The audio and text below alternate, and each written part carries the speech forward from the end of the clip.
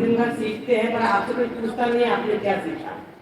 पर बच्चों ने 2 घंटे में क्या तैयारी की है वो आपके सामने प्रस्तुत है। सबसे पहले नर्सरी के बच्चे हैं, उनको जिज्ञासा हुई कि हमारा स्वरूप क्या है। दिन रात आत्मा आत्मा की बात करते हैं, आत्मा है क्या, तो जानेंगे हम मैं कौन के माध्यम से कि हम है कौन।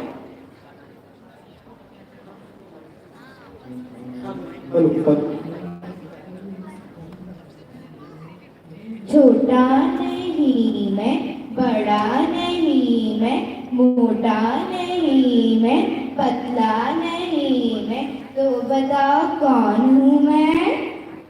आत्मा आत्मा आत्मा। गोरा नहीं मैं, काला नहीं मैं, बच्चा नहीं मैं, बूढ़ा नहीं मैं, तो फिर बताओ क्या हूँ मैं? आत्मा आत्मा आत्मा। देखिए अभी हमने सुना आत्मा, तो सबको लगता है भगवान की बातें नहीं होती, हम सबको दिन रात उनको दर्शन करते हैं, तो भगवान हम कैसे बनते हैं? तो अब हम दूसरे बच्चों से जानते हैं शुद्ध आत्मा का स्वरूप।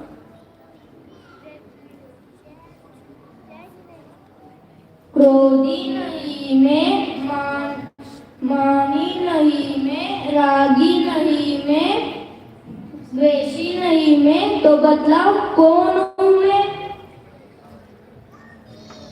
शुद्धात्मा शुद्धात्मा शुद्धात्मा।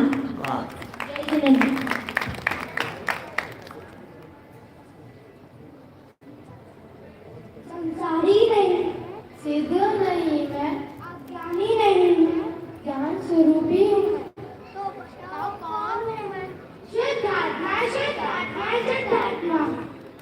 इसमें अब बात चर्चा आई कि रागी नहीं है, देसी नहीं है, तो बच्चों के मन में प्रश्न उठा कि राग देश किस चीज का नाम है। तो आइए हम राग और देश का स्वरूप समझते हैं।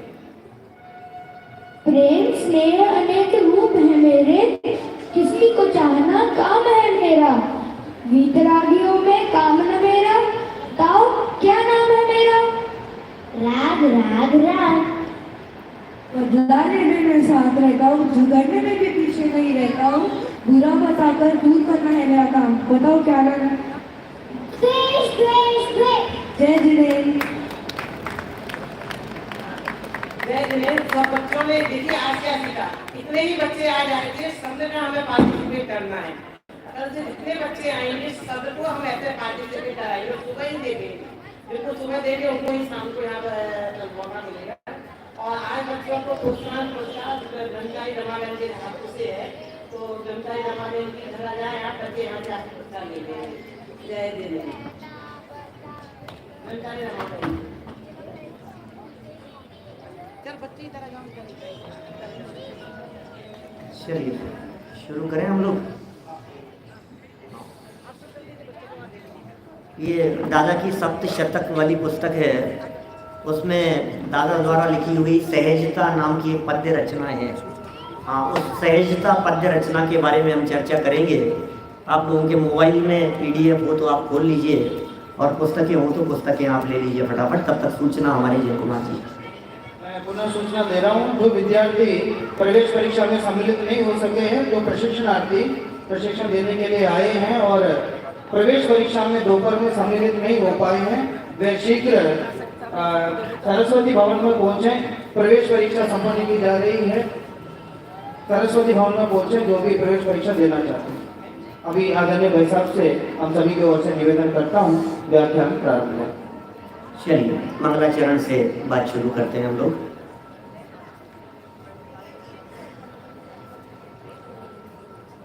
अरिहंत सिद्ध सूरी उपाध्याय साधु सर्व, अर्थ के प्रकाशी मांगलिक उपकारी है। तिनको स्वरूप जाने राग ते भरी जो भक्ति, काय को नवाई स्तुति को उचारी है। धन्य धन्य तिन्हीं ते काज सब राज भाई, कर जोड़े बार बार वंदना हमारी है। मंगल कल्याण सुख ऐसो हम चाहते हैं, हो मेरी ऐसी दशा जैसी तुम धारी है। हो मेरी ऐसी दशा जैसी तुम धारी है, हो मेरी ऐसी दशा जैसी तुम धारी है। सप्त शतक नाम की ये पुस्तक है, दादा द्वारा कोरोना काल में लिखे गए ये सब शतक ऐसे हैं कि सच में मुक्ति मार्ग में शतक लग जाए और ये जीव यहाँ से 7 राज्यों ऊपर जाकर विराजमान हो जाए। ये ऐसी अद्भुत कुछ रचनाएं हैं और उनके साथ साथ छोटी छोटी सी कुछ और रचनाएं साथ में रची गई। एक बहुत छोटी सी रचना है सहजता। सहजता क्या चीज़ है?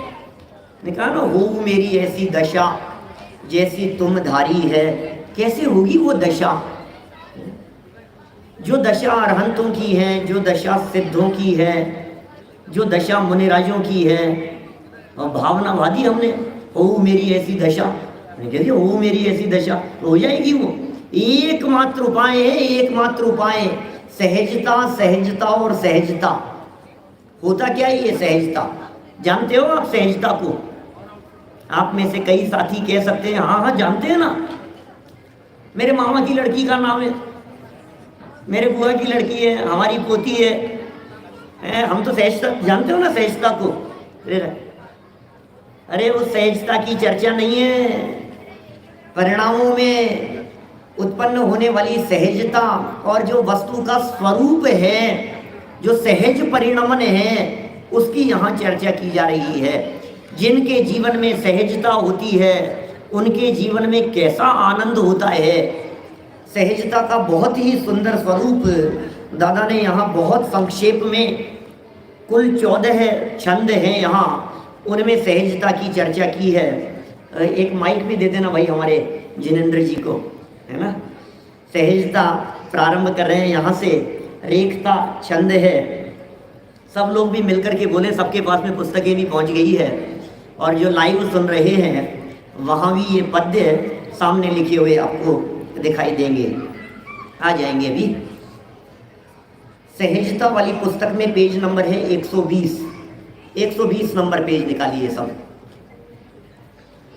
नहीं है जिसमें कोई तनाव, नहीं है जिसमें कोई विकल्प, नहीं है जिसमें कोई दोष, नहीं है कोई भी आक्रोश।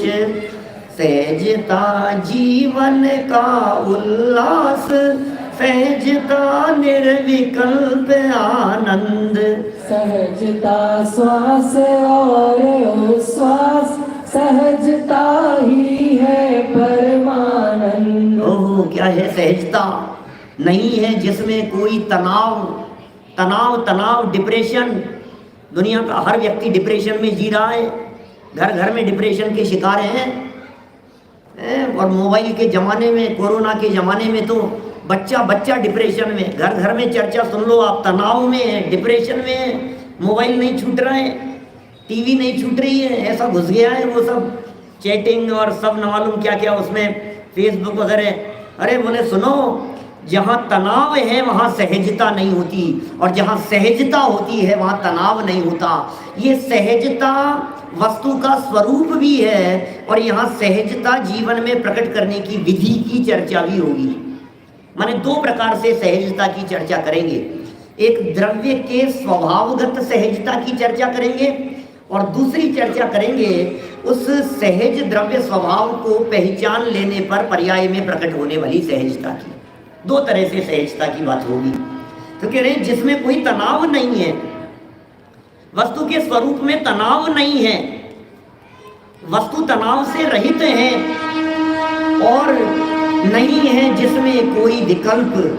जहाँ विकल्प नहीं होता, जहाँ तनाव नहीं होता, वहाँ सहजता होती है। और जहाँ तनाव और विकल्प होते हैं वहाँ सहजता नहीं होती है। सारे विकल्पों को उतार करके धर दो ताक में, कोई विकल्प नहीं है, होता स्वयं जगत परिणाम, बिल्कुल निर्विकल्प हो जाओ आप। यही सहजता है, यही अनुभूति है। और क्या कह रहे हैं? नहीं है जिसमें कोई दोष, कोई दोष नहीं है। हमें सारी दुनिया के दोष दोष दोष दिखाई दे रहे हैं, कमियां दिखाई दे रही है। बोले दोष देखने वाली दृष्टि में सहजता नहीं होती, तुरंत ये क्या हो गया, ये क्या कर दिया। भाई तुम्हें यदि सहज रहना है तो निर्दोष देखो, तुम्हें सहज रहना है तो वस्तु को वस्तु बने देखो। हमें यदि सहज रहने की कला सीखनी है तो वस्तु के स्वभाव के नज़दीक जाकर के देखो। वस्तु के स्वभाव के नज़दीक जाकर के देखने पर परिणति में सहजता उत्पन्न हुए बिना नहीं रहती। जिसमें कोई दोष नहीं है तब सहजता है, जहाँ दोष है वहाँ सहजता नहीं होती।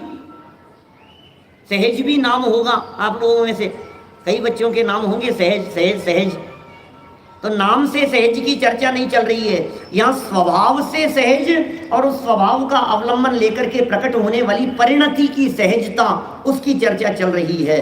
नहीं है जिसमें कोई दोष। हमें तो यहाँ बैठे बैठे गर्मी बहुत है यार, पांडाल नहीं बनाया क्या, पंखे तो लगाने चाहिए थे। ये तो व्यवस्था में गड़बड़ी है, यहाँ ऐसा नहीं होना चाहिए था, यहाँ ऐसा। ये क्या कह रहे हैं, ये कह रहे हैं यदि तुम्हें दोष दिख रहे हैं तो सहजता प्रकट नहीं हो सकेगी। सहजता जिसके जीवन में प्रकट होती है उसे दोष नहीं दिखते, उसे निर्दोष तत्व दिखाई देता है। जिसे निर्दोष तत्व दिखाई देता है उसकी परिणति में सहजता आती है। वस्तु में दोष ही नहीं है, निर्दोष तत्व बैठा हुआ है कि साहब राग, अरे कुछ नहीं है, क्या बात कर रहे हैं। और कदाचित वो रागादिक भी हो तो अपनी सहज योग्यता से, तत्समय की योग्यता से होते हैं तो होने दो, विकल्प मत करो तुम। नहीं है जिसमें कोई तनाव, नहीं है जिसमें कोई विकल्प, नहीं है जिसमें कोई दोष, नहीं है कोई भी आक्रोश। सहजता जीवन का उल्लास, सहजता निर्विकल्प आनंद, सहजता श्वास और उच्छ्वास, सहजता ही है परमानंद। सहजता जीवन का उल्लास। उल्लास किसमें है?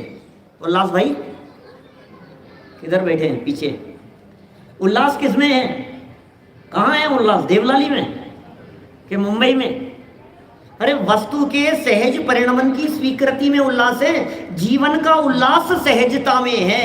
भागम भाग में उल्लास नहीं है। भागम भाग में तो थकान है, भागम भाग में तो पीड़ा है, फेर बदल करने की चेष्टाओं में तो तनाव है। मैं ऐसा कर दूं, मैं ऐसा कर दूं, मैं इसे बदल दूं। ये जो बलात् परिवर्तन का हट हमारी बुद्धि में चला करता है, उसके बारे में कह रहे हैं कि असहज रहोगे तो दुखी बने रहोगे। ये जीवन का उल्लास है, ऐसा भी कह सकता हूँ। नीचे तो आगे पंक्ति भी दी है, तीसरे छंद में पंक्ति दी है, सहजता जीवन का आधार।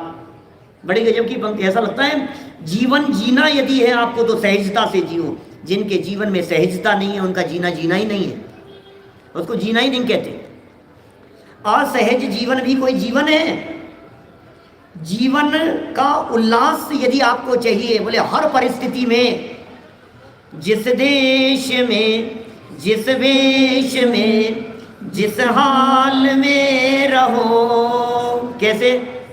सहज रहो, सहज रहो, बस सहज ही। यही तो है जीवन का साथ। अरे हम मस्त रहते हैं, सुख आते हैं, दुख आते हैं, और आने जाने वाले भावों में हम कैसे मस्त रहते हो? ऐसा ये इतने मस्त कैसे रहते हैं? जो सहज रहते हैं वे मस्त रहते हैं, क्योंकि तनाव नहीं होता। सहजता में तनाव नहीं, आक्रोश नहीं, तेजी नहीं है, उठापटक करने का भाव नहीं है, बदलने का परिणाम नहीं है। ये उल्लास है, और इस उल्लास में ही कह रहे हैं इस सहजता में निर्विकल्पता का आनंद है। निर्विकल्प आनंद भोगना है वैसा हमारे को, हर व्यक्ति को निर्विकल्प आनंद भोगना है।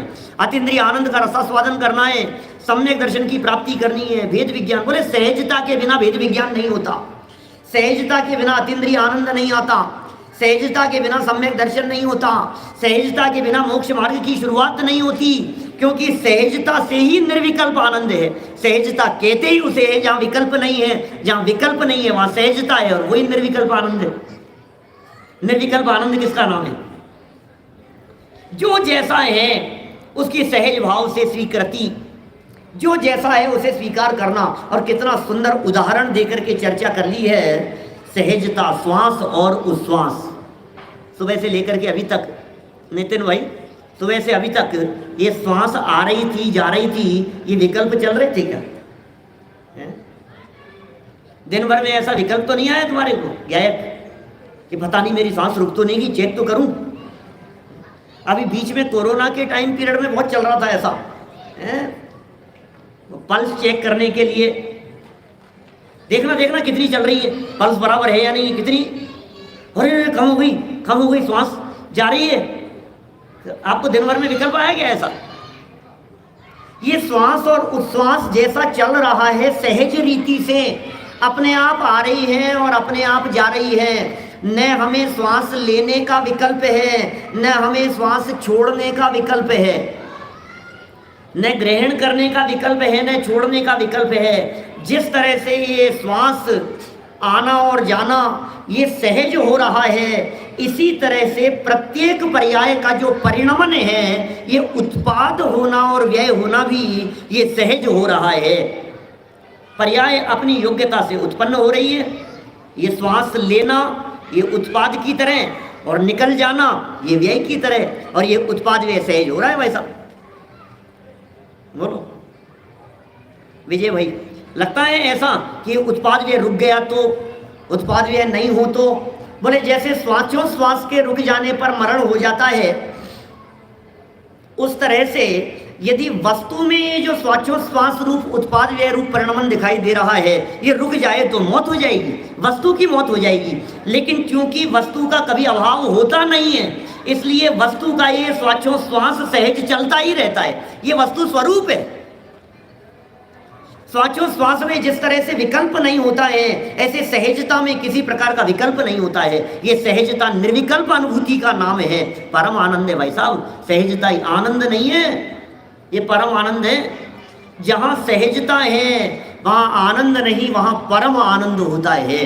देखो कितना सुंदर बातें कह दी है। जहाँ तनाव नहीं है, विकल्प नहीं है, किसी प्रकार का दोष नहीं है और आक्रोश नहीं है, जीवन का उल्लास जहाँ है, निर्विकल्प आनंद है।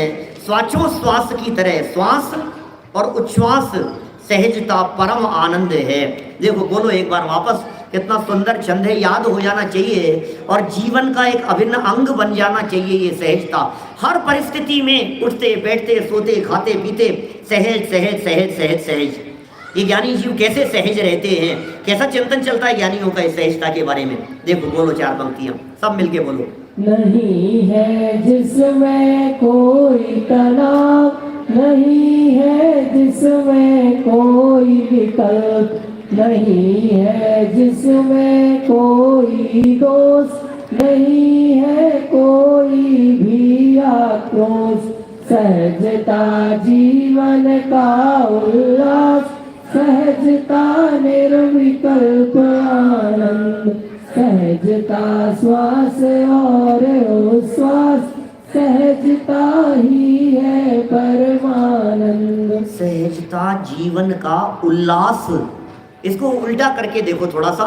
जिसके जीवन में उल्लास है, इसका मतलब उसके जीवन में कुछ ऐसी चीज है जिसकी वजह से वो प्रसन्न है। वो चीज क्या है? तो उसका नाम है सहजता। प्रतिकूलताओं के काल में भी ज्ञानी के जीवन में यदि शांति दिखाई दे रही है तो क्या चीज है उसके पास में? ऐसा क्या है ज्ञानी के पास में जिस वजह से वो सहज है, जिस वजह से वो उल्लसित दिखाई दे रहा है? ये ज्ञानी इतने प्रसन्न क्यों दिखाई देते हैं? प्रतिकूलताओं के काल में भी गुरुदेव के पास में ऐसा क्या था उनके जीवन में जो बाहर में प्रतिकूल वातावरण दिखाई देने पर भी वे अत्यंत सहज रहते थे? टोडरमल जी के पास में ऐसा क्या था कि हाथी के पैर के नीचे कुचलवारे देने का आदेश मिल जाने के बावजूद भी वे अत्यंत सहज थे? ले जाना है तो ले जाओ, क्या क्या चीज है? सिपाही आ गए पकड़ करके ले जाने के लिए, चलो कोई बात नहीं, चलना है तो चलो, बैठ जाओ यहाँ बैठ जाओ। हाथी को ले आया, हाथी ने पैर उठाया तो कोई बात नहीं, सहज है। आखिर वो सहजता किसके दम पर है? वो जो चेहरे पर खेद खिन्नता नहीं है, वो जो चेहरे पर प्रसन्नता है, उस चेहरे पर प्रसन्नता का आधार ये वस्तु के सहज परिणमन की सहज स्वीकृति ही तो है। वस्तु के सहज परिणमन की सहज स्वीकृति के बिना ये कैसे निर्विकल्प रह सकते हैं? मुझे तो सोच सोच करके आश्चर्य लगता है, ऐसा कैसे हो सकता है? बतलाइए। ऐसा कैसे हो सकता है? कोई व्यक्ति आपको मारने के लिए आए, कोई व्यक्ति आपको गाली देवे, कोई व्यक्ति आपको उटपटांग बोले, कोई व्यक्ति आपको अपशब्द कह करके पुकारे और आप उसका प्रतिकार नहीं करें। ज्ञानी धर्मात्मा पुरुष मुनिराज आदि उपसर्ग आदि के काल में ये कैसे सहज रहते? बोले सहज तत्व के अवलंबन से परिणति में सहजता प्रकट हुई है, इसलिए आनंदित दिखाई देते हैं। इनका जो उल्लास है, इनके उल्लास के पीछे अंदर में वो सहज तत्व का अवलंबन छिपा हुआ है, उसके बिना आनंद नहीं होता। यार गए हो गए, इतनी गर्मी में भी मुस्कुरा रहे हो, उसने आपको इतना कह दिया फिर भी आपके चेहरे पर शिकन नहीं है, इतने उपद्रव होने के बाद में भी आप सहज हो। अरे इतनी प्रशंसा करने के बावजूद भी आपके माथे पर अभिमान नहीं दिखाई देता है। दोनों तरफा लगा ना, प्रशंसा और निंदा दोनों ही तरफ लगेगी ये सहजता की बात। किसके दम पर रामचंद्र जी सहज थे, किसके दम पर सीता जी सहज रही, किसके दम पर अंजना सहज रही, किसके दम पर भरत का अंतर्द्वंद, वो द्वंद्व समाप्त हो गया। आखिर क्या था उनके पास में, क्या चीज थी? अंदर में एक कशाई चौकड़ी के अभाव जन्य सहजता, सहज परिणति बराबर भरत बाहुबली के जीवन में बनी हुई थी। रामचंद्र जी के जीवन में क्षायिक सम्यक दृष्टि जीव एक कशाई चौकड़ी के अभाव जन्य शुद्ध परिणति और तत्संबंधी सहजता। आपको लगेगा ऐसा कि नहीं साहब आप सहजता की बात कर रहे हो, हमने तो ऐसा सुना है, पद्म पुराण को पढ़ा था तब देखा था, सुना था, विद्वानों से सुना है कि वो नदी नालों से पेड़ पौधों से पूछते फिरे, हे सीते सीते सीते सीते पुकारते रहे। जब रावण उठा करके ले गया था, वे कितने असहज हो गए थे? नवल जी साहब बोलो, कहते ना कितने असहज हो गए। आप कह रहे हो ज्ञानी जीव सहज होता है, हमें तो असहज दिखाई दे रहे हैं कि सुनो सहज थे उस काल में भी वे। अनंतानुबंधी और मिथ्यात्व के अभाव जन्य सहजता उस समय भी उनके परिणामों में बराबर चल रही थी। हाँ, तीन कशाई चौकड़ी का सद्भाव है और जितना सद्भाव है उतनी अभी असहजता भी उनके जीवन में दिखाई देती है। लेकिन जो जीवन में आनंद है वो आनंद सहजता के दम पर है। ये चाबी है भाई साहब। घर गृहस्थी में, परिवार में, कहीं भी बैठे हो, आपको ये चाबी है, ये सहज रहने की कला। बड़े दादा के जीवन में जो सहजता दिखाई देती थी वो सहज स्वभाव की सहजता थी। वो तो सहज स्वभाव का अध्ययन, मनन, चिंतन, मनन, घोलन जो जीवन भर उन्होंने किया वो उनकी परिणति में सहजता दिखाई देती थी। सहज पुरुष जैसे दिखते थे। ये किस दम पर है? ये उल्लास जो कह रहे हैं, ये उल्लास ही सहजता है। मैं कहता हूँ जीवन में जिस व्यक्ति के जीवन में सहजता नहीं है वो व्यक्ति बाहर में प्रसन्न दिखाई देने पर भी प्रसन्न नहीं है, वो बाहर में खुश दिखाई देने पर भी खुश नहीं है। उसको तो मैं ऐसा कह सकता हूँ, जो अभी 2-3 दिन से चर्चा चल रही थी ना अपनी सुबह के प्रवचन में हमने चर्चा ली, मिर्गी के वेग की भांति है, हंसता सा दिखाई देता है, प्रसन्न दिखाई दे रहा है और थोड़ी देर बाद में देखना कैसे खेत खिन्न हो जाएगा, रोने लगेगा, थोड़ी देर बाद में आकुलित व्याकुलित हो जाएगा, भाग दौड़ करने लगेगा। नहीं सब बहुत सहज है, अपन तो पेट भर गया, बहुत शांत है, अरे क्या शांति है, क्या हलवा बना था, बहुत मजा आया। विजय जी आज तो बहुत अच्छा हलवा बनाया आपने, तो क्या लग रहा है? शांति दिख रही है ना, सहजता दिख रही है ना। अरे अज्ञानी के जीवन में सहजता नहीं होती, क्योंकि ये 2 मिनट बाद में असहज होने वाला है। अभी तो हलवे की सहजता की बात कर रहा था और अब बाहर निकल करके कितनी गर्मी है यार, यहाँ तो मैंने तो सुना था देवलाली में गर्मी कम पड़ती है, यहाँ तो गर्मी बहुत है। ये क्या हुआ अभी 2 मिनट बाद में? अज्ञानी मिथ्या दृष्टि कभी सहज नहीं हो सकता और सम्यक दृष्टि ज्ञानी जीव कभी असहज नहीं हो सकता। इसलिए सम्यक दृष्टि ज्ञानी कभी दुखी नहीं हो सकता और मिथ्या दृष्टि कभी सुखी नहीं हो सकता। सम्यक दृष्टि ज्ञानी जीव के सुख के पीछे यदि कोई दम है, कोई आधार है, कोई अवलंबन है तो सहजता है। सहजता जीवन का उल्लास, सहजता निर्विकल्प आनंद। सहजता श्वास और उच्छ्वास, सहजता ही है परमानंद। आगे वाला अरे रे पर को पर स्वीकार, मौन में कुछ करने का भाव, और अपनी पर्यायों को सुनिश्चित क्रम नियमित स्वीकार। मौन में फेर फार का भाव, एकदम सरल सहज स्वीकार। मौन में हर्ष विभाव, सहजता जीवन का आधार। अरे रे पर को पर स्वीकार। मैं ऐसा कह सकता हूँ भाई जिनेंद्र, ये पहली लाइन में जीवा जीवाधिकार है, पर को पर स्वीकार, ये जीवा जीवाधिकार है। न उनमें कुछ करने का भाव, ये कर्ता कर्म अधिकार है क्या। और सेकंड लाइन में सर्व विशुद्ध ज्ञान अधिकार है। पर्यायों को सुनिश्चित क्रम नियमित स्वीकार, ये सर्व विशुद्ध ज्ञान अधिकार है। मोटानी जी साहब, आधी लाइन में जीवा जीवाधिकार है और उसके आगे की आधी लाइन में कर्ता कर्म अधिकार का मर्म है और नीचे वाली लाइन में सर्व विशुद्ध ज्ञान अधिकार है।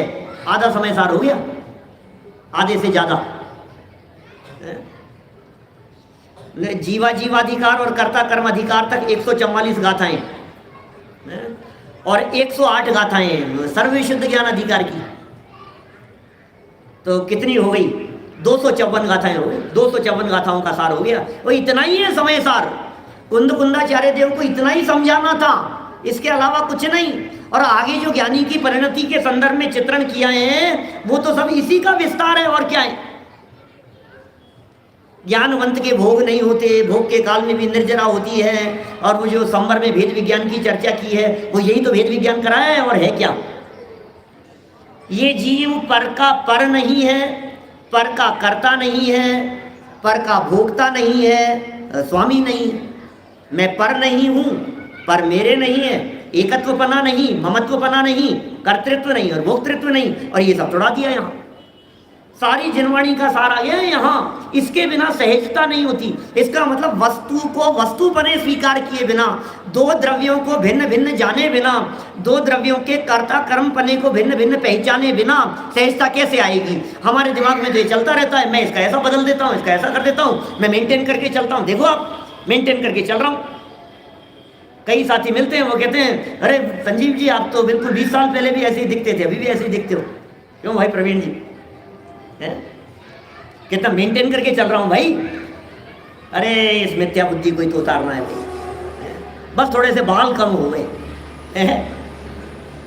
अरे ये मिथ्या बुद्धि बैठी हुई है दिमाग में, इस मिथ्या बुद्धि को उतारना है। पर को पर स्वीकार करना सबसे पहला काम है। ये श्रद्धा में बदलाव है। पर को पर स्वीकार तो करे। दुनिया भर के पर पदार्थों के ऊपर अपना अधिकार जमा करके बैठा है। अधिकार जमा कर, ये मेरा है, ये मेरा है, ये मेरा है। जो अपना नहीं उसके अपनेपन में जीवन चला गया, पर मैं अपनापन करके हाँ मैं अपने से चला गया। अवै जी भाई साहब का लिखा हुआ भजन है, कोई लगभग 25-30 साल पुराना भजन होगा। जो अपना, ये कर क्या रहे हैं अपन? अरे रे पर को पर स्वीकार, सहजता का आधार बतला रहे हैं। सहजता का आधार क्या है? पर को पर स्वीकार कर, ये मेरा है ही नहीं, तो अब सहजता क्यों नहीं आएगी? मेरे दिमाग में ये चल रहा था कि मैं इसको बदल दूं, मेरे दिमाग में ये चल रहा था मैं इसमें फेरफार कर दूं। अब जैसे ही मुझे पता चला कि ये मेरा नहीं है, तो मेरी बुद्धि वहां से हट गई, परिणामों में सहजता आ गई। हमें ऐसे लग रहा था कि हमारा बच्चा बदमाशी कर रहा है बाहर, बहुत तेज किसी की तोड़ फोड़ की आवाज़ आई, शैतानी की आवाज़ आई, हमें लग रहा नालायक बाहर शैतानी कर रहा है। हम असहज हो गए, और जैसे ही बाहर आकर के हमने देखा हमारा बच्चा तो चुपचाप बैठ करके पढ़ रहा था, तो हम क्या होंगे? असहज होंगे क्या? सहज हो गए। देखो अभी वो भी अपना नहीं है। अभी मैं कोई उसको अपना नहीं कह रहा हूँ, मैं तो सिर्फ ये एग्जाम्पल देने का प्रयत्न कर रहा हूँ। जैसे ही हमें इस बात का पता लगा कि ये अपना नहीं है, तुरंत अपनी दृष्टि अपनी बुद्धि वहां से हटे बिना नहीं रहती है, तुरंत त्याग हो जाता है, तुरंत छूट जाती है वो बात। पर को पर स्वीकार, ये श्रद्धा की क्रांति है। ये पर को पर स्वीकार, ये सहजता की जो क्रांति है, ये अंदर से शुरू होती है और बाहर में दिखाई देती है। ऐसी क्रांति है ये पर को पर स्वीकार। स्वीकृति ये बहुत बड़ी चीज है। निर्णय इसका नाम है स्वीकृति, निर्णय तो करना है। पर को पर स्वीकार, टोडरमल जी के शब्दों में कहूं तो विचार कर भाई, विचार स्वीकार कर उसे। बार बार में कहते हैं एम निर्णय कर, एम नक्की कर। गुरुदेव जो बार बार में कहते हैं हूं परमात्मा छू, एम निर्णय कर, नक्की कर, अनुभव कर। ये निर्णय और नक्की क्या चीज है? स्वीकार है। सहज स्वीकृति और न उनमें कुछ करने का भाव। जब वो मेरा नहीं है तो फिर उनमें कुछ करने का भाव ही नहीं होता है, और जब करने का भाव नहीं होता है तो सर से वजन उतर जाता है, और जब वजन उतर जाता है तो परिणामों में सहजता आए बिना नहीं रहती। हेमचंद जी साहब, जहां करने का विकल्प है, वो है गुरुदेव सुनाते, को धुने को बुने। मैं कोई उदाहरण नहीं सुनाने वाला हूँ, लंबाईमान नहीं करने वाला हूँ कुछ भी, सिर्फ इतनी बात समझ में आनी चाहिए, बस अपने माथे पर से वजन उतर गया, मेरा काम ही नहीं है। मैं आपसे एक बात पूछता हूँ, जब भी कोई आयोजन होता है अपने घर में, परिवार में, तो हमारे दिमाग में कितने संकल्प विकल्प चलते हैं? अमित जी, बहुत काम होता है दिमाग में। मेहमानों का क्या होगा, व्यवस्थाओं का क्या होगा, भोजन व्यवस्था का क्या होगा, उनको लाने ले जाने का क्या होगा, ठहराने का क्या होगा। शिविर चल रहा है, शिविर संबंधी बात समझ लो। शिविर में जो लोग व्यवस्थाएं संभाले हुए हैं उनसे पूछो जरा उनके दिमाग का क्या हाल है, कितने संकल्प विकल्प चलते हैं। शादी विवाह का आयोजन हो, चाहे शिविर का आयोजन हो, चाहे पंच कल्याण का आयोजन हो, कोई भी आयोजन हो, जिसको जिम्मेदारी दिमाग पे है उसके माथे पर वजन होगा। और आपने आयोजन किया या आपके घर में शादी है तो आपने सबको जिम्मेदारी संभाला दी, भैया भोजन व्यवस्था तुम्हें संभालनी है, अरे आवास व्यवस्था बोले तुम्हें संभालनी है, बोले कार्ड डिस्ट्रीब्यूशन बोले तुम्हें देखना है, बोले मेहमान आएंगे तुम्हें इस व्यवस्था को देख लेना। होता है ऐसा, बता देते हैं सब, बोले उनको ठहराना, बोले उनको लाने ले जाने की व्यवस्था बोले तुम्हें देखनी है, भोजन में क्या बनेगा बोले तुम्हारे पास में, बाजार से क्या लाना है सामान सब्जी व्यवस्था सब बोले इनको देखना है। अब आपसे किसी व्यक्ति ने आकर के पूछा, विजय भाई ये आकर के पूछा आपसे कि शाम को भोजन में क्या बनने वाला है, तो आप क्या कहेंगे? अरे यार वो मेरे को पता नहीं है, उनसे पूछो। क्या हुआ? ये व्यवस्था उसने संभाल रखी है, मेरे माथे पर वजन नहीं है, क्योंकि व्यवस्था उसने संभाल रखी है। संजय जी, ये व्यवस्था उनने संभाल रखी है, मेरे माथे पर वजन क्यों उतर गया? क्योंकि जिस कार्य को करने वाला मैं नहीं हूं, उस कार्य को करने वाला जैसे ही दूसरा व्यक्ति दिखाई देता है अपने माथे पर से वजन उतर जाता है, और हमारे पर सहज होकर के, अरे भैया अपन तो बस मस्त होकर के बैठते हैं आप कुर्सी पर, दरवाजे पर। आपके बच्चे की शादी और आप दरवाजे पर कुर्सी लगा करके मस्त होकर के बैठे हैं, क्यों? संभाल रखी है ना सबने जिम्मेदारी। मैं कह रहे हैं यार संभाल रखी है ना जिम्मेदारी। किसने संभाल रखी है? होता स्वयं जगत परिणाम, मैं जग का करता क्या काम। कितनी जिम्मेदारी संभाल रखी है। और अपनी पर्यायों को सुनिश्चित क्रम नियमित स्वीकार। ये स्वीकार, क्या क्या स्वीकार करना है? 3 बातों की स्वीकृति करनी है। 3 बातों की स्वीकृति की बात यहां कह रहे हैं। पर को पर स्वीकारो, नंबर 1। नंबर 2, उनमें कुछ करने धरने का भाव। ध्यान देना, भाव। करना धरना तो है ही नहीं, करने धरने का तो सवाल ही नहीं है। क्या बात कर रहे हो आप? पर में कुछ करते धरते तो हुई नहीं, लेकिन जो करने धरने का भाव आता है ना, वो भाव रोकना है। वो भाव रुके और वो भी सहज रुकेगा। क्या कितना सुंदर लिखा है, न उनमें कुछ करने का भाव। तो फिर साहब रोटी नहीं बनाए, बनेगी तो फिर काम नहीं करें। जो व्यवस्था जिन लोगों ने संभाल रखी है, जिन विद्यार्थियों ने, वो इस बात को सुन करके गए तो फिर नहीं करें कुछ भी। अरे वजन नहीं हो माथे पर, यहाँ तो वजन उतारने की चर्चा चल रही है। होना होगा जो होगा, जैसा परिणमन होना होगा। फिर कौन कर जाएगा उस परिणमन को यदि हम नहीं करेंगे तो? ये बताओ आप। आपने तो कह दिया करने धरने का भाव नहीं होना चाहिए, आपने तो कह दिया सुधारने का भाव नहीं होना चाहिए, आपने तो कह दिया मकान बनाने का, दुकान चलाने का, बिजनेस करने का भाव नहीं होना चाहिए, आपने तो कह दिया इन भावों में मत उलझो। करेगा कौन? घर में रोटी क्या आप आकर के बनाओगे? हम नहीं करेंगे, करने तो पड़ेगा ना भाई साहब। हम यदि नहीं करेंगे तो कौन कर जाएगा हमारे घर में आकर के काम?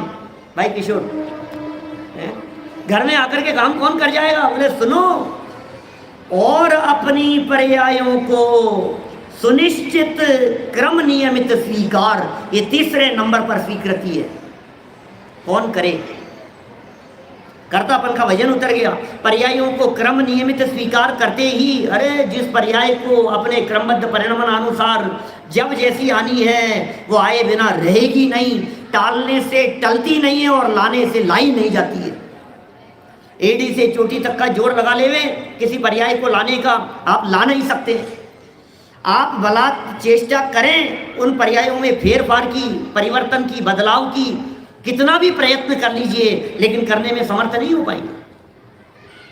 नारायण, श्री कृष्ण और बलदेव जैसे जीव अपने माता पिता की रक्षा करने के लिए जब द्वारिका जल रही थी, उन्हें बचाने के लिए हाथी घोड़े लगा दिए उन्होंने। हाथी घोड़े तो छोड़ो, रथ में खुद जुट गए उन्हें बचाने के लिए, रक्षा करने के लिए। हम बचा लेंगे, लेकिन प्रभु की दिव्य ध्वनि में ये बात आई थी, भाई क्या कृष्ण और बलदेव के अलावा और कोई जीव इस द्वारिका नगरी में बचने वाला नहीं है, और कोई नहीं बचेगा। कौन बचाए, कौन परिवर्तन करे? हमने तो बहुत सोच लिया, हमने तो ठान लिया, मैं ऐसा कर दूंगा, देखना। अरे क्रम नियमित स्वीकार किए बिना सहजता नहीं आएगी।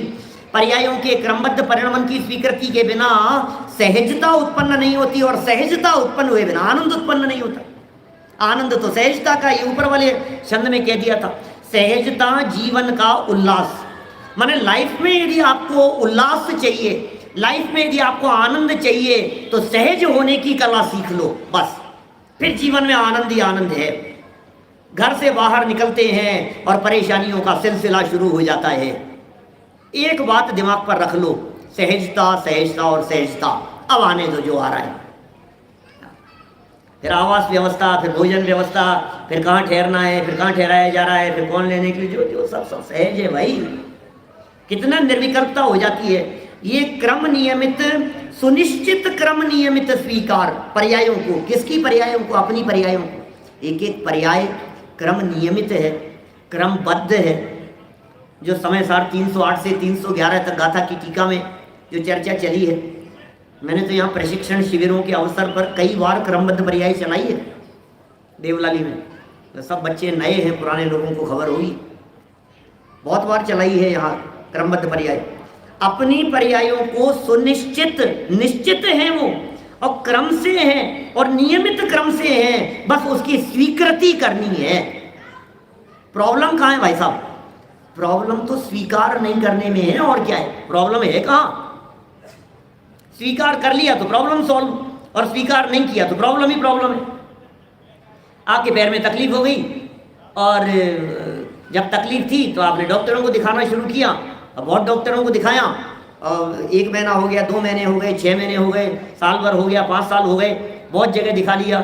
आयुर्वेद, होम्योपैथ, एलोपैथ, प्राकृतिक चिकित्सा, सब उपचार कर लिए, नहीं हो रहा है। आपने भी अपना माइंड सेट कर लिया, अब ये तो ऐसे ही चलेगा। अब क्या तकलीफ है? अब ठीक है, अब ये तो ऐसे ही चलेगा। जब आपने उसको सहज स्वीकार कर लिया तो सारी माथा पच्ची उतर गई ना दिमाग से। अब क्या है? ठीक है, अब ठीक है, बड़ी तकलीफ है, नहीं ठीक है, अब ये तो ऐसे ही है, कोई बात नहीं, अब कोई बात नहीं। सोचो जरा, सर के बाल उड़ना शुरू हुआ और दिमाग में टेंशन। जिनके उड़े हैं उनसे पूछो, हमारे माथे पर नहीं है क्या? जो जाने जितने रहेंगे, जितने जाने उतने जाएंगे। क्यों साहब नितिन भाई? अब जैसे जैसे जाते रहते हैं, वैसे वैसे विकल्प संकल्प सब चलते रहते हैं, और फिर सब जब चले गए, अब ठीक है, अब जैसे हैं जैसे हैं उसमें। और एक बात बतला दूं आपको, मार्मिक बात, गजब की बात कहूं मैं आपको। आपके सर में बाल नहीं है विजय भाई, इसको देख देख करके आप ही दुखी हो। हमें तो आज तक कभी विकल्प नहीं आया कि इनके सर में बाल नहीं है, ये कैसे दिखते हैं। सोचना जरा, मेरे चेहरे पर यदि यहां निशान हो गया, चेहरे पर एक काला निशान हो गया, तो उस काले निशान को देख करके दुखी कौन है?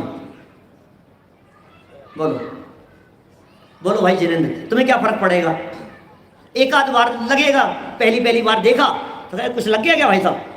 फिर हमने खूब, यार साफ नहीं होता है तो ऐसा ही हो गया। अब तुम्हें भी आदत हो गई देखने की, कोई विकल्प नहीं आता है, कोई किसी को बोलता भी नहीं है, कोई किसी को टोकता भी नहीं है। किसी का वजन ज्यादा है तो जिसका वजन ज्यादा है वो खुद ही अपने वजन को देख देख करके दुखी होता रहता है। पता नहीं मैं कैसा दिखता हूं, लोग क्या सोचेंगे, लोग क्या सोचेंगे, लोग क्या सोचेंगे। तू ये सोचेगा तो फिर लोग क्या सोचेंगे? जो लोग सोचेंगे उसे लोगों को सोचने देना। तो उस बात को सोच सोच करके दुखी क्यों हो रहा है?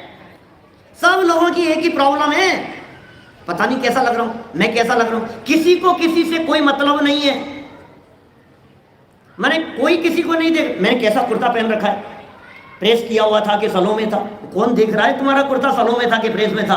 तुम खुद ही देख देख करके दुखी होते रहो, प्रसन्न होते रहो।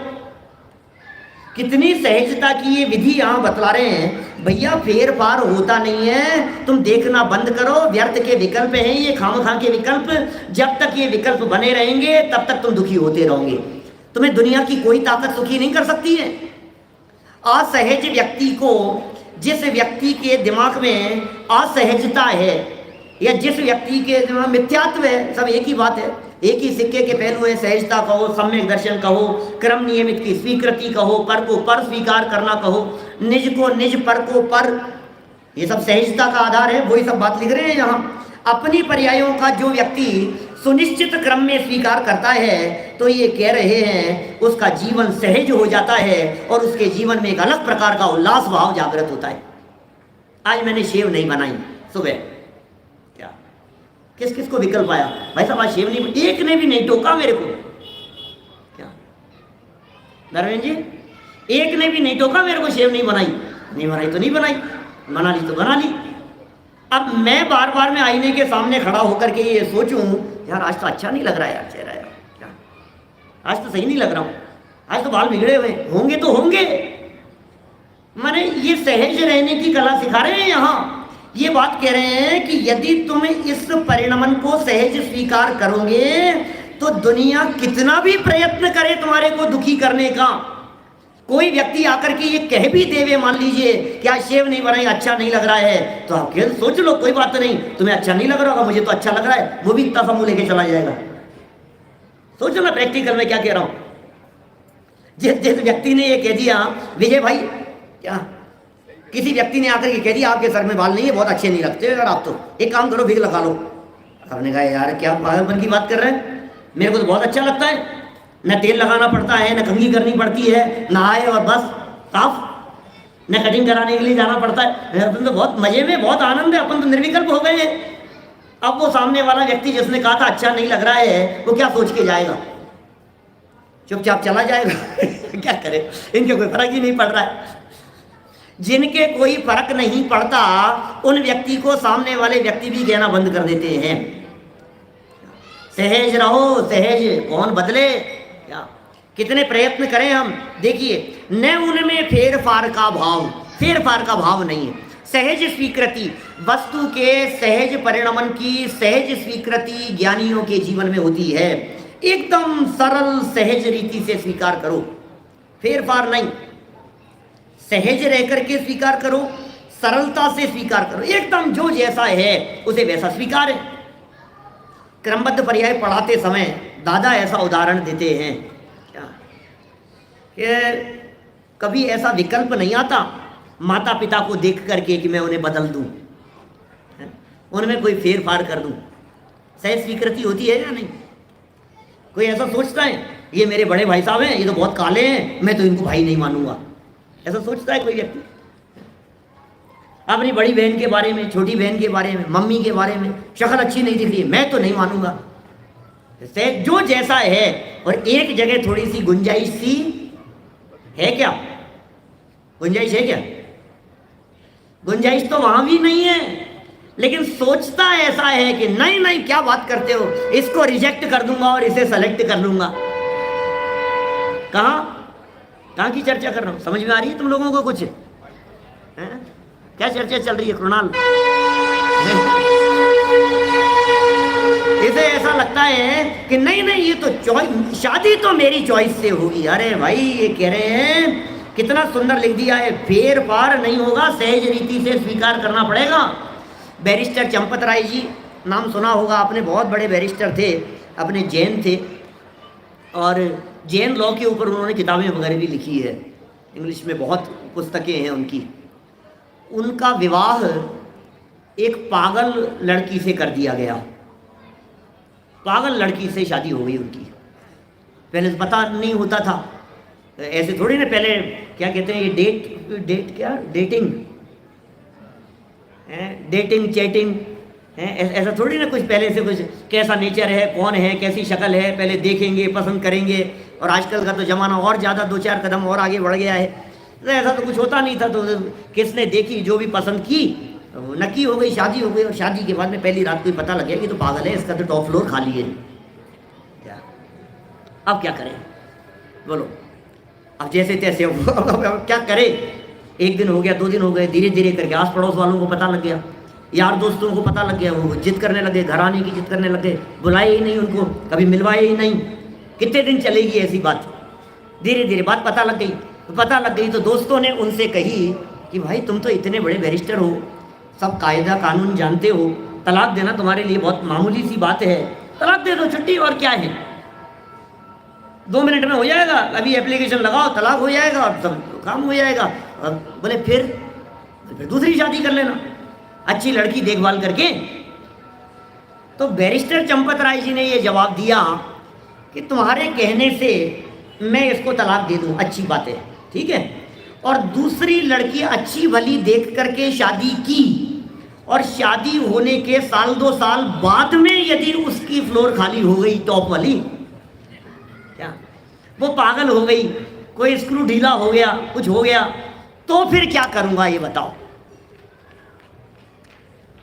तुम लोगों की तो शादी हो गई है ना, सही है ना, अच्छी है ना, भाभी ठीक है ना, 2 साल बाद में यदि कोई दौरे आने लग जाएं, फिट्स पड़ने लग जाएं, तो क्या करोगे? तलाक दे दोगे? सहज भाव से स्वीकार करने में ही शांति है। क्या कितना सुंदर कह दिया यहाँ, न उनमें फेर फार का भाव, एकदम एकदम सहज सरल रीति से स्वीकार। और सहज और सरल स्वीकार का मतलब जानते हैं क्या होता है? उसे अगली लाइन में बतला दिया है, न उनमें हर्षा हर्ष विभाव, सहजता जीवन का आधार। कोई हर्ष का भाव नहीं है, आहर्ष का भाव भी नहीं, हर्ष आहर्ष। अरे न काहू से मित्रता, न काहू से द्वेष, न अत्यधिक प्रसन्नता और न खेद खिन्नता। दोनों ही परिणामों में जब सहजता होती है, समता भाव होता है, कोई बात नहीं, जो जैसा है उसे सहज भाव से स्वीकार किया जाता है। ऐसा जिसका जीवन बनता है वो जीवन सच में जीवन कहलाता है। और उस जीवन का आधार, ऐसे जीवन जीने का यदि कोई आधार है तो उस आधार का नाम है सहजता। ये सहजता जीवन का आधार है। और यदि ये सहजता अपने जीवन का आधार बनेगी तो निश्चित ही अपना जीवन कैसा अद्भुत होगा, कैसा विलक्षण होगा, कैसा अपूर्व होगा, उसकी आप कल्पना भी नहीं कर सकते हैं। ये सहजता हमारे जीवन का अंग बन जाए, ये सहजता हमारे रोम रोम में, हमारे प्रत्येक पर्याय में समा जाए। ये सहज परिणति, जो द्रव्य की सहज परिणति है, दादा ने आगे चर्चा की है, कल करेंगे उसकी चर्चा अपन। माने वो सहज परिणति हमारे वर्तमान परिणमन में भी सहज रूप से स्वीकार हो जाने पर जीवन उल्लसित और आनंदित हो जाता है। हम सबका जीवन इस सहजता के आधार से आनंदित हो, इसी भावना से बात को यहीं विराम दूं। उससे पहले एक बार और बोल लेते हैं अपन, गुनगुनाते रहो इन पंक्तियों को। कितनी सुंदर पंक्तियां हैं, दोनों छंद बोल लो, पुस्तकें आपके पास में हैं, एक बार बोल लो इन पंक्तियों को। नहीं है जिसमें कोई तनाव, नहीं है जिसमें कोई विकल्प, नहीं है जिसमें कोई दोष, नहीं है कोई भी आक्रोश। सहजता जीवन का उल्लास, सहजता निर्विकल्प आनंद, सहजता श्वास और उच्छ्वास, सहजता ही है परमानंद। अरे रे पर को पर स्वीकार, न उनमें कुछ करने का भाव, और अपनी पर्यायों को सुनिश्चित क्रम नियमित स्वीकार। न उनमें फेर फार का भाव, एकदम सरल सहज स्वीकार। न उनमें हर्षा हर्ष विभाव, सहजता जीवन का आधार। सहजानंदी